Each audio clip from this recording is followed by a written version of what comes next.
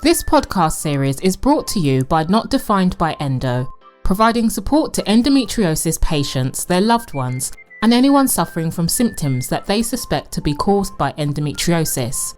This episode is sponsored by Totesphere, sustainable merchants in the UK who sell products that are good for you and good for the environment. Hello, and welcome to episode 5 of Endo 101, a mini-series that seeks to inform and educate on the enigma that is endometriosis. My purpose on this mini-series is to talk about all the aspects of endometriosis, right from proper definition to treatment methods and even the myths that are pandered about the disease. I'm so privileged to be joined today by Mr. Thomas Bainton, the Endometriosis Fellow and a Senior Registrar in Obstetrics and Gynecology at the Chelsea and Westminster Hospital in London, UK. Last episode we discussed the surgical treatments for endometriosis and why the gold standard treatment for endometriosis is excision surgery to remove the disease completely. We also understood the different surgical approaches based on the kind of endometriosis, whether an endometrioma, a peritoneal endometriosis, or even deep infiltrating bowel endometriosis. Today, we want to talk about endometriosis and infertility. We know that up to 40 to 50% of women with endometriosis do suffer from infertility or subfertility. So let's talk about this and understand better how and why this happens.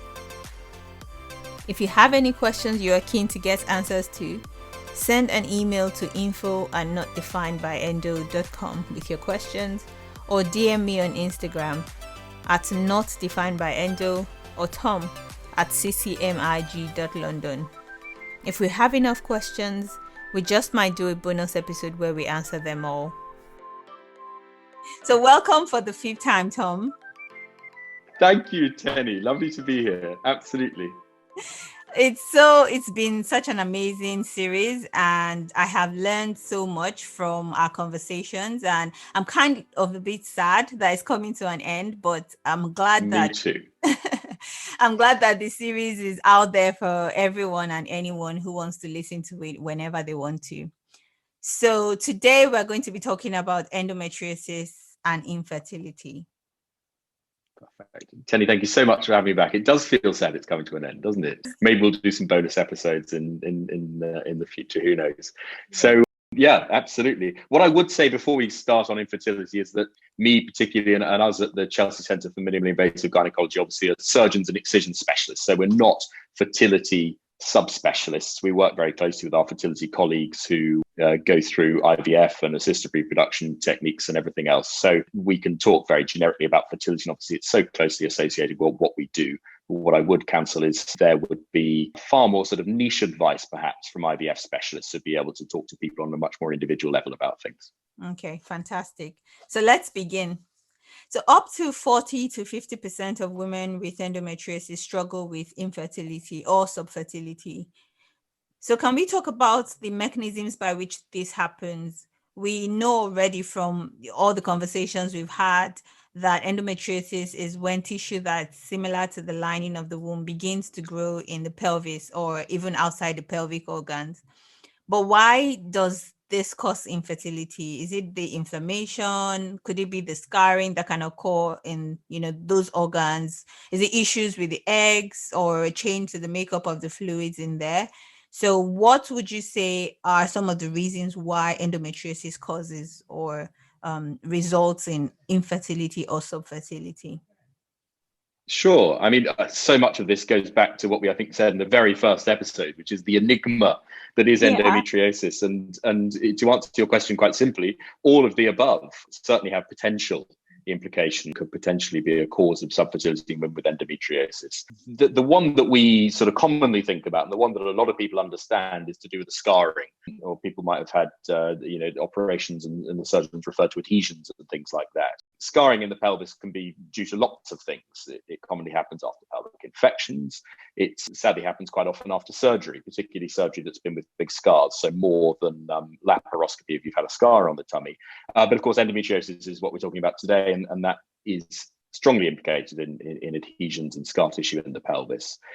Of course, fertility is a very complex thing, actually. It happens behind the scenes for a lot of people, but in those people and overly represented in those groups with endometriosis who do suffer from subfertility, it's revealed just how complex it is. What has to happen is the sperm has to meet the egg, and that normally happens in the fallopian tube. And that's where conception or fertilization happens, and then that makes an embryo, and that embryo goes on a journey down the fallopian tube.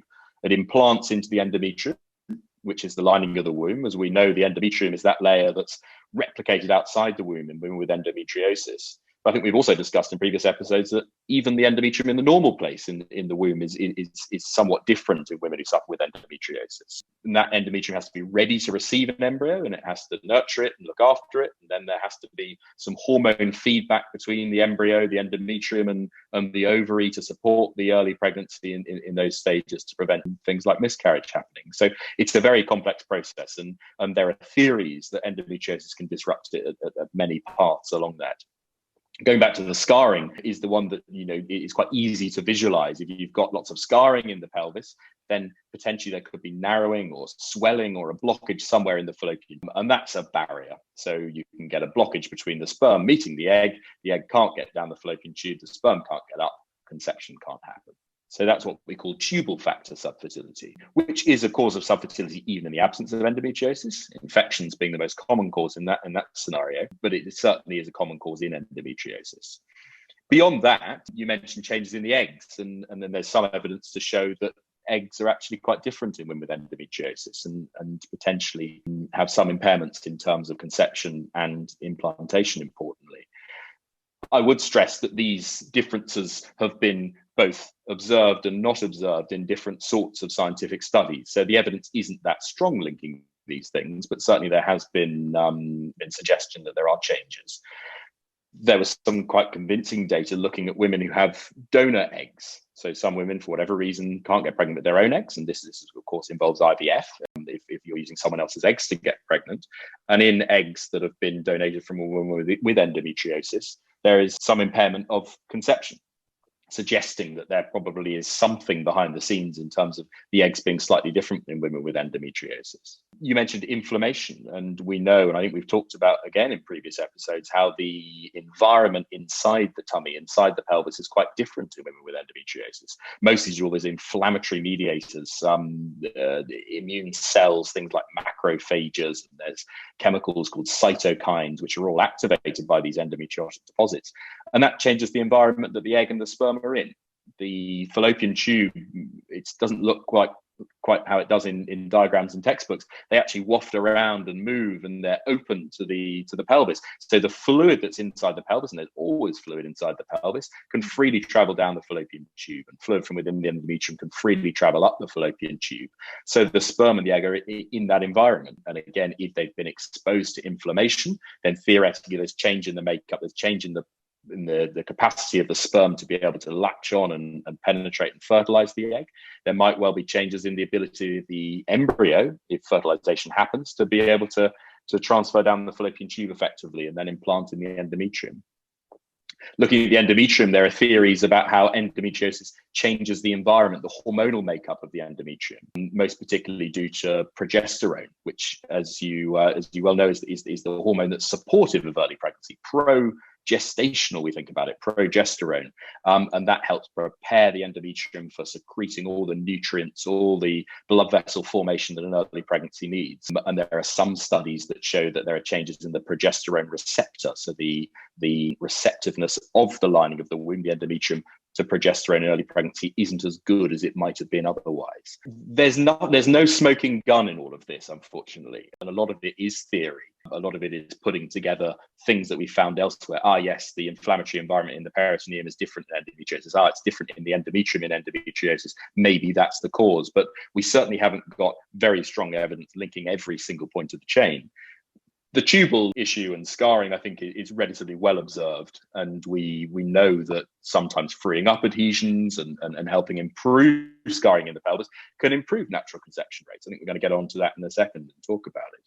So many causes, but the tubal factor and the scarring is certainly the most obvious. The others are sort of theories. And actually, on the rarer side, what I would stress is you say that 40-50% of women with endometriosis struggle with infertility or subfertility, but the majority of women are able to happily get pregnant, including needing IVF. So there's certainly an overrepresentation of women needing IVF. And I think we'll talk a little bit more about how endometriosis affects IVF as questions go on. But to put it in perspective, about 1 in 6 couples struggle with subfertility, even in the absence of endometriosis. So that's just under 20%. So it's definitely suffered by more women in endometriosis, but it's far from meaning that you can't get pregnant. Okay. So let's talk about treatment. We had spoken before about excision surgery being the gold standard of endometriosis treatment. So would you say that a successful excision surgery could increase the chances of fertility post-surgery? Again, with this one, there's a simple and there's a complex answer. Yeah. It really boils down to what sort of endometriosis we're looking at, whereabouts it is, and importantly, the severity, and lots of other factors relating to the woman. Because, of course, it's not just the endometriosis that could potentially have implications for subfertility. Sadly, one of the major links with subfertility is actually age. And it's not just the age of the female partner, the age of the sperm has a big impact as well. But, we most pertinently, perhaps, in terms of this episode, it is age of the woman that makes more difference. So you've got to look at everything in a whole. And actually, if we've got mild endometriosis, if there's no evidence that the fallopian tubes are obstructed, no evidence of a swelling in the fallopian tube, which could change outcome, then actually it may be that surgery isn't the right thing to do. Even if you're saying we need to go for IVF, it might be that it's better to go straight for IVF rather than having surgery first. Right. If, for example, we're looking at the possibility that there is scarring in the pelvis. We've seen that on an ultrasound scan, evidence of scarring, or we've seen scarring in a previous operation. Then as part of the fertility investigation, you might want to do a laparoscopy. And then you'd be looking at doing things like a dye test. So putting dye inside the womb up through the cervix. And then we're seeing whether that dye is coming out into the tummy, back through the fallopian tubes, which just tells us whether they're clear or not. The good thing about testing the fallopian tubes in that way, rather than another test, which is based on x-rays and putting something into the cervix and the fallopian tubes that stands out on x-rays to tell us that the fallopian tubes are open, the advantage of a laparoscopy is we can actually treat things at the time. So if there's scarring there and the tubes are blocked, we can hopefully free things up a little bit and help. And that certainly would help chances of fertility going forwards, whether you're going for IVF or not. Where it gets a little bit more complex is talking about severe endometriosis, deep infiltrating endometriosis, and endometriomas, so cysts on the ovary made of endometriotic fluid. There is some quite good evidence to show that actually treating the deep infiltrating endometriosis, particularly the rectal vaginal endometriosis, including things like a bowel resection, which you'd think is actually really quite distant from the fallopian tubes, the lining of the womb, the ovaries, all that kind of stuff, that actually, or excising that deep infiltrating disease, does show improved fertility afterwards, whether that's by natural conception or whether that's by IVF. Right. We don't quite know exactly why. It's probably related to the inflammatory environment somewhat, but it's one of those slight mysteries. But there's some good evidence to show in what we call prospective trials, so looking at women who've had excision and not excision and following their journey forward in their pregnancy rates. Endometriomas is where it becomes a little bit more complex, and the evidence has kind of waxed and waned over the years, in that it goes in and out of fashion, essentially, whether surgery is a good thing for an endometrioma or not in the context of fertility. The current advice, generally speaking, is we're better off being more conservative and not necessarily treating, particularly on the smaller endometriomas, which may have some effect on fertility. And the effect they're likely to have is a change in the eggs, the ovums, due to the environment that the follicles, which is the area that releases the egg of the ovary, is in. If it's right next to an endometrioma, potentially it's exposed to more inflammatory environment. There are theories about it being exposed to more iron. So an endometrioma is full of menstrual blood, effectively, and that's got a very, very high iron content, which can seep into the surrounding ovary and potentially affect the eggs. The reason why it wouldn't always be sensible to remove these endometriomas is we can sometimes do more damage than good. And usually that's in the form of collateral damage to the normal ovary in the process of removing it. Right. If ever we're operating on an ovary, there is always going to be some knock to the ovarian function.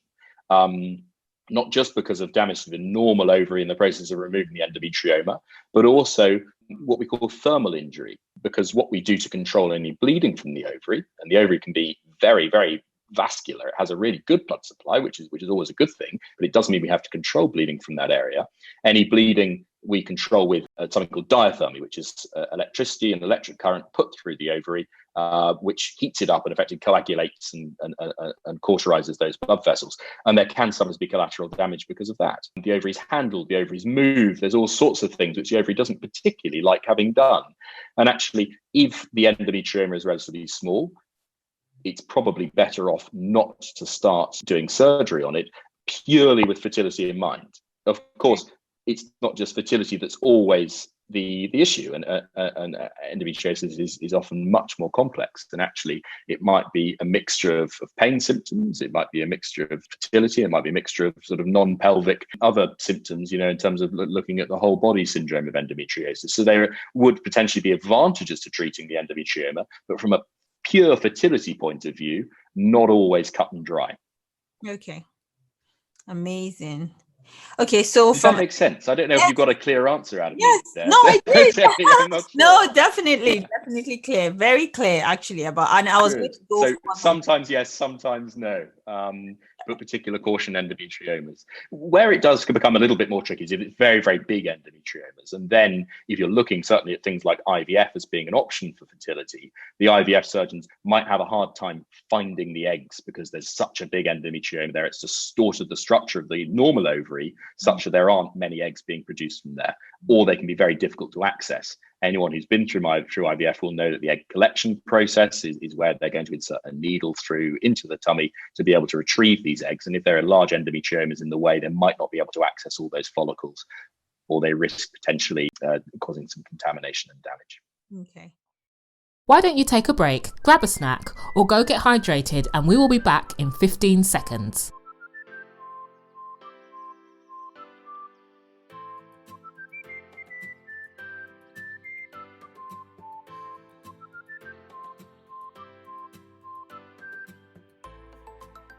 So that takes me to the next question, because you just literally, if I could summarize what you've just said, is also, once again, treatment is usually individual, depends on your particular circumstances, which is really important for people to know. But apart from, excision surgery, where sometimes that might not be the best option for women seeking fertility, what are usually like your common effective treatment options or advice that could help them to preserve or maybe improve their fertility? Absolutely. And I think this sort of advice is the sorts of things that we would tell absolutely everyone, irrespective of whether they've got endometriosis or not. So it's the things that people would know about. It's the trying to cut down or indeed stopping smoking entirely if you're a smoker. And that would also include your partner if you've got a male partner, try to stop smoking on his behalf as well. Not only does it help you stop smoking, it also improves sperm quality. Things like optimizing your weight. If you're a little bit overweight, we know that does have negative implications on fertility. It can take longer to fall pregnant, and also there's slightly increased complications if you do fall pregnant. So certainly we'd advise anyone trying to stay within the healthy range BMI, so less than 25 and certainly less than 30. It's about living a very healthy lifestyle, trying to cut down on alcohol. There's evidence to show that cutting down on coffee is beneficial as well. It depends on the sorts of treatment avenues you're going down. But if we're talking about trying for natural conception, then certainly timing intercourse around ovulation is definitely what we recommend for everyone. And there has to be quite a lot of it. The more times that there are potentials for conception, then the higher the rate of conception per month. We're looking at, in the textbooks, everyone has a menstrual cycle of 28 days. I know that's far from true, but generally speaking, looking at a 28-day menstrual cycle, you can ovulate day 14, and you've got a 5-day fertile window either side of that. And sperm actually wait in reservoirs. They wait just outside the cervix at the top of the vagina for an opportunity to get inside the womb, and they wait at the opening of the fallopian tube at the top of the womb, kind of vying off each other, ready to go up the fallopian tube and fertilize. So it's about having lots of sex to ensure there's a good reservoir of sperm at all times to grasp on that opportunity when the egg comes down. Okay. And how about do you normally recommend, this is probably, I don't know if you have the answer to this, but are there any medications in quotes that people can be offered? I know that some people get given progesterone and all of that, but is that part of an IVF Yeah. cycle, or I mean, that would be much outside more of, part of the. okay. Well, again, it all depends on the cause, and it is very individual. So if you were going to go to your GP, for example, or seeing a fertility specialist because you were having difficulties falling pregnant, or taking you longer than average to fall pregnant, which, looking at an NHS environment, we tend to talk about 12 months. If you haven't fallen pregnant after 12 months, then there's a slight law of diminishing returns. A further 10% of people will fall pregnant in the next 12 months. But the longer you've been trying for, actually, the lower the possibility of falling pregnant spontaneously after that. So you're then going to have a few tests. I think we were talking about tests later on, and they're going to ask you questions about how regular periods are, when you're having sex, your general health, past medical history, those sorts of things. And the treatment really does depend on those options. But sometimes women would be given medication to help them ovulate. There's something called clomiphene citrate, or Clomid, women might have heard of, which is given to try and help ovulation. So it means that you're more likely to ovulate every cycle, and sometimes actually you ovulate more than once per cycle. So it's a slightly higher rate of twins and things like that, basically to improve the conception rate per cycle. And for a lot of women, that's all they would need. Beyond that, treatments with progesterones and things are all very dependent on the individual circumstances. And that's much more to do with an IVF cycle or an ICSI cycle or something like that. So it really does depend. Sometimes, again, progesterone is used in early pregnancy, so beyond just the conception, to help support a pregnancy in those early few weeks, which are incredibly important. And that's much more common if women have got particular medical conditions, or indeed they sadly have previous miscarriages and things like that. Other medications are often used, again, if you've got autoimmune conditions and things. We talk about using aspirin in early pregnancy if you had previous difficulties with pregnancy in the past, and sometimes aspirin is recommended. So there's various options, but they're all much more individual. And actually, endometriosis shouldn't necessarily change any of that. And actually, there's nothing specific with endometriosis that we recommend taking or doing in addition to all of the normal sort of healthy living, optimization of fertility type things. Okay, amazing. Okay, so let's talk a bit more about IVF. I think we're veering towards there already. Are there any risks to going through the IVF process before excision? So I think I know half of that answer, because you already said before that, it's not every patient that would need excision surgery before, fertility treatment. So I guess my question here is, are there any risks going through that process without excision, which means that you kind of have active, in quotes, endometriosis? So is it safe to try to get pregnant, or are there higher risks of it not working when you haven't done it? If you could do excision. Absolutely. And it's a tricky one. And again, it boils down very much to the individual, coming into things like age. And importantly, one thing we haven't talked about yet, any tests that might have been done looking at what we call ovarian reserve. So how many eggs are there likely to be left? How much longer has the ovary got producing lots and good quality of eggs? And there are a few ways of testing that. There's a blood test called AMH, anti-Müllerian hormone, some people might have heard of. Essentially, the higher, the better.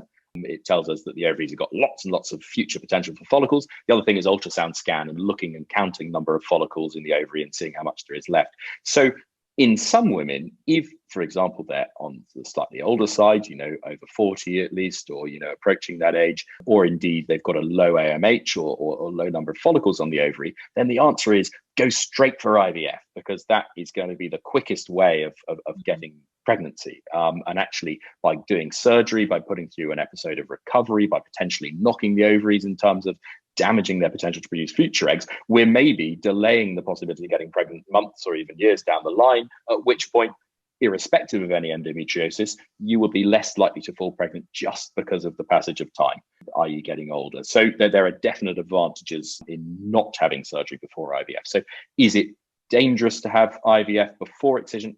Absolutely not. And in a lot of people, that would be an entirely sensible thing to do. In one circumstance where it certainly is advisable to have surgery before IVF is if there is a blocked fallopian tube, such that the tube has become swollen up. That's something we call a hydrosalpinx, which a few people might have heard of. We can sometimes see them on ultrasound scan or MRI. We can certainly see them at laparoscopy. It's often a sad effect of endometriosis, and there's either a hydrosalpinx full of fluid or what we call a hematosalpinx, which is a fallopian tube full of blood. What we do know is having either of those things is very damaging on an IVF embryo. And there are so many inflammatory mediators and all that inflammatory fluid in the fallopian tube, which naturally is going to seep down into the womb where the healthy embryo has been put back in after IVF's happened. And then it has a toxic effect, and it's much more likely to cause failed implantation or early miscarriage. This is often a really tricky discussion to have with people, actually, and it sounds entirely paradoxical. You come and see us talking about fertility, and you know that fallopian tubes are, what we need to get pregnant because they're the connection between the womb and the ovary. And then, we suggest after doing some investigations, actually, we're better off removing the fallopian tubes. And of course, if we remove the fallopian tubes, then there is, zero chance of getting pregnant naturally. It has to be IVF in future, which is a big deal for people, and saying, look, this is the only way you're going to get full pregnant. There's no chance now, because actually we've definitely removed the fallopian tubes. What I can safely say is if there is a significant hydrosalpinx or hematosalpinx caused by endometriosis, those tubes just aren't working well anyway. And actually the chances of falling pregnant spontaneously with them are virtually zero already. And because it has such an impact negatively on IVF, overwhelmingly the right thing to do is to take them out. But that can be quite a shock. And that sounds paradoxical because we know the tubes are important for pregnancy. Right. So that is one circumstance where actually surgery would definitely be advised before IVF. In terms of having peritoneal disease, deep infiltrating disease, so rectovaginal disease or endometriomas, it's a personal choice. It boils down to the priorities of the individual. What is the biggest problem? Is it pain? Is it symptoms from endo? Is it just subfertility? What is the ovarian reserve? How old are you? What are the sperm like, importantly? Because actually, if the sperm potentially aren't able to promote natural conception, you might need IVF because of that, or you might need something called ICSI, which is what people recognize from looking at, the famous picture of the sperm being injected into the egg. That actually isn't IVF, that's ICSI, intracytoplasmic sperm injection. So lots more to consider. Regarding endometriomas, I think we've already talked about that. Perhaps better to be cautious in terms of IVF.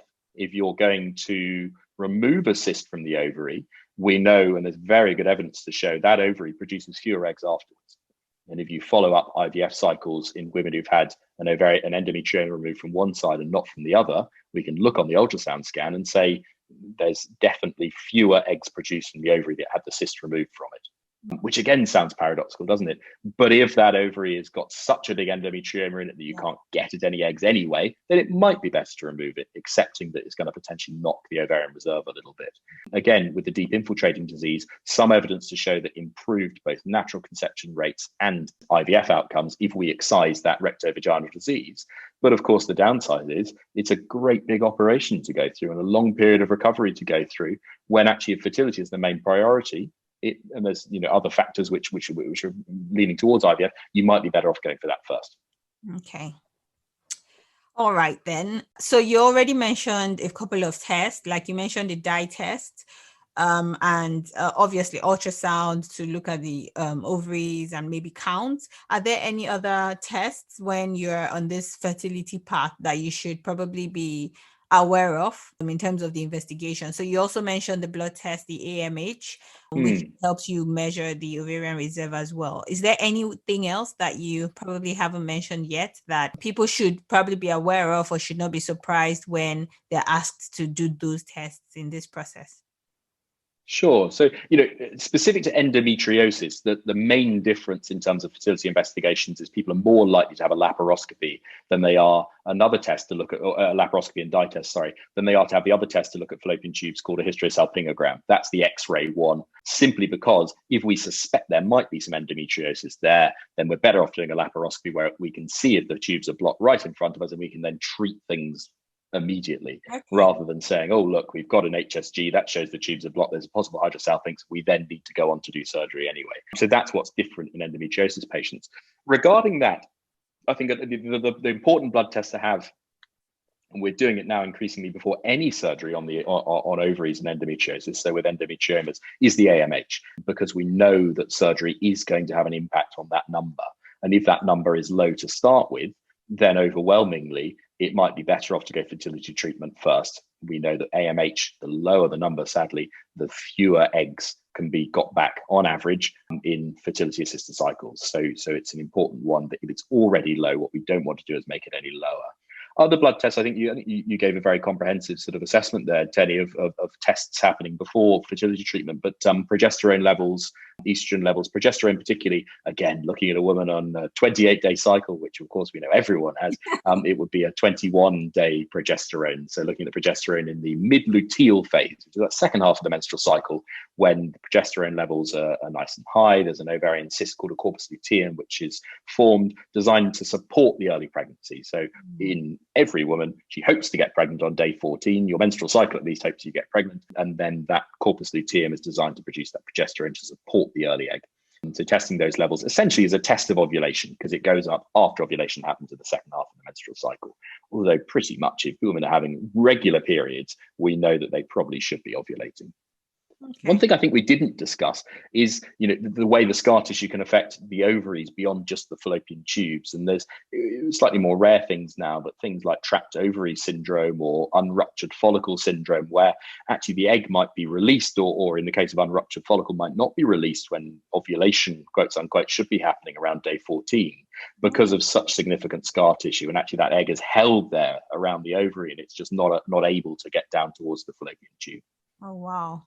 Again, surgery can potentially help improve those sorts of outcomes, sort of thing you might see or suggested on ultrasound in terms of scanning around the time of ovulation, seeing fluid around the ovary or unruptured follicles, that sort of thing. Okay. Wow. So I came into this conversation thinking that I knew a lot, but I've actually learned a lot more than I knew. So thanks. Yeah, I think most of the sort of extra things we've been talking about are on the rarer side. And what I would say, as I said at the beginning, is that the majority of women with endometriosis are able to happily get pregnancy without any problems. And in those that there are problems, we're talking about, on average, a longer time to conceive. We're not necessarily talking about an inability to conceive, full stop. Okay, that's good to hear. So a few episodes ago, we talked about some endometriosis classification and staging systems. And then we also talked about the EFI scoring system, which is supposed to be the Endometriosis Fertility Index. I have read about it, done research about it, and talked about it online, but no doctor has actually ever told me anything about maybe measuring that for me, or, I don't think people hear about it enough. So whether that's because it's not a worldwide scoring system, I don't know, but I just thought we could talk about that system again a bit more.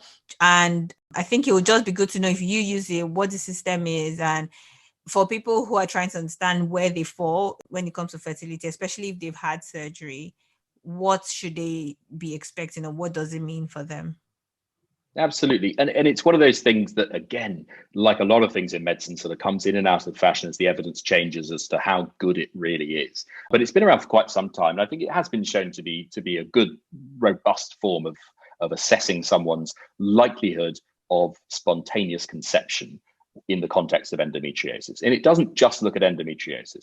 Half of the score actually is totally independent of having endometriosis, is related to things like how long you've been trying to get pregnant for, less than 1 year, 1 to 2, 1 to 3, or more than 3 years. And the biggest factor that unfortunately often boils down to in subfertility is the age of the woman. So that comes into it as well.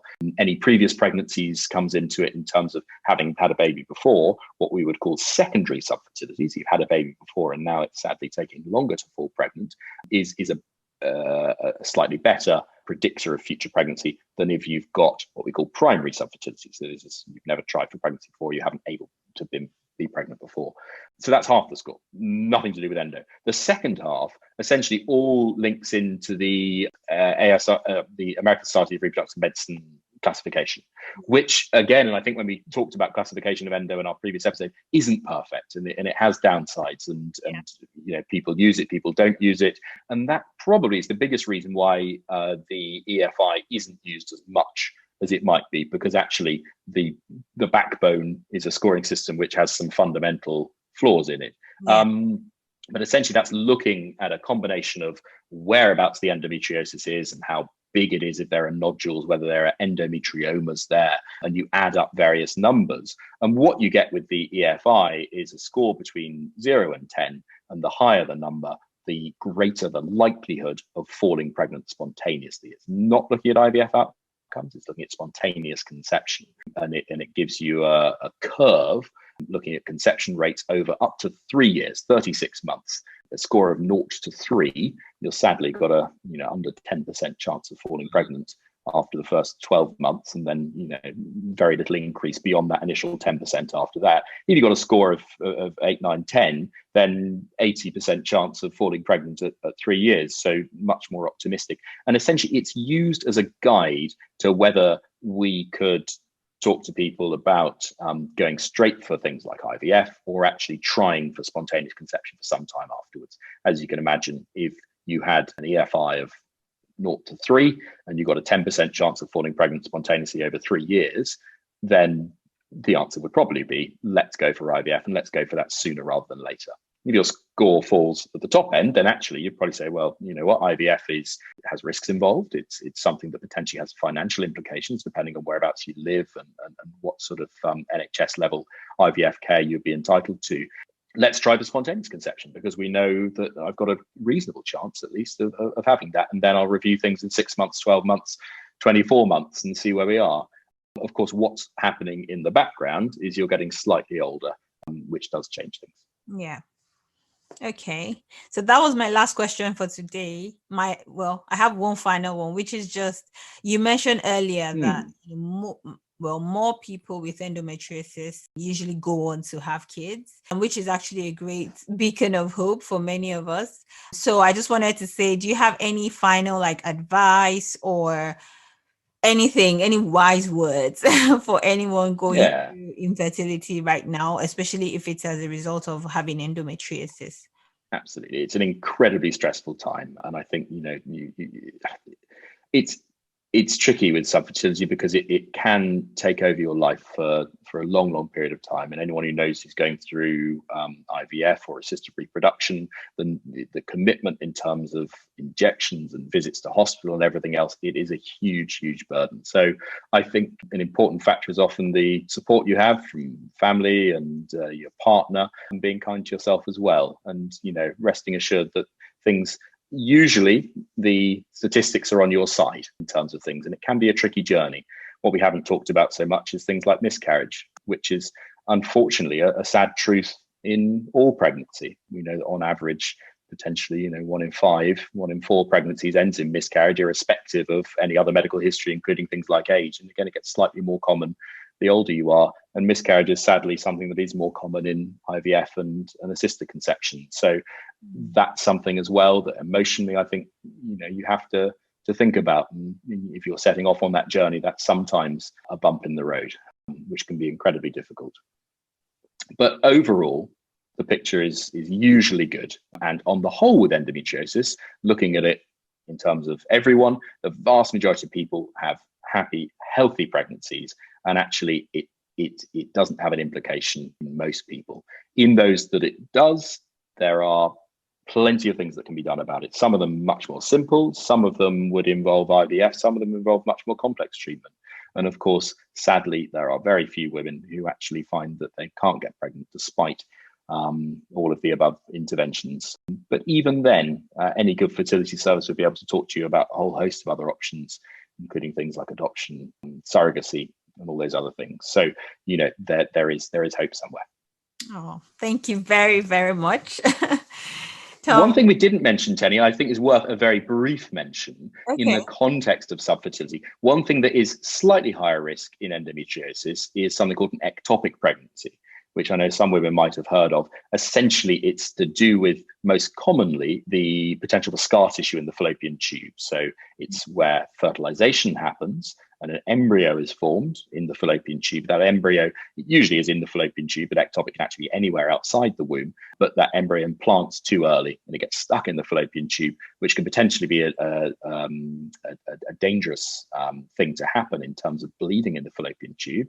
So sadly, that's a pregnancy which, if detected, wouldn't be allowed to continue. And often they actually spontaneously end on their own. So that's something that again, is a little bit more likely with endometriosis and indeed with things like IVF. So just to be aware of.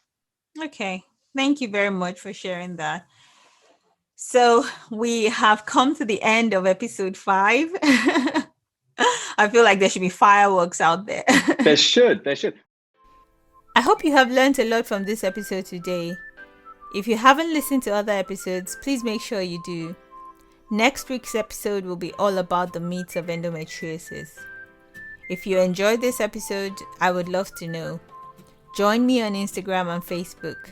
You can also follow the Instagram page of Chelsea Center for Minimal Invasive Gynecology at ccmig.london, where Tom shares a lot of relevant and helpful information on endometriosis. Don't forget to share, rate, and subscribe to this podcast. Till next time, remember, you are not defined by endo. Thanks for listening. Be sure to come back next time.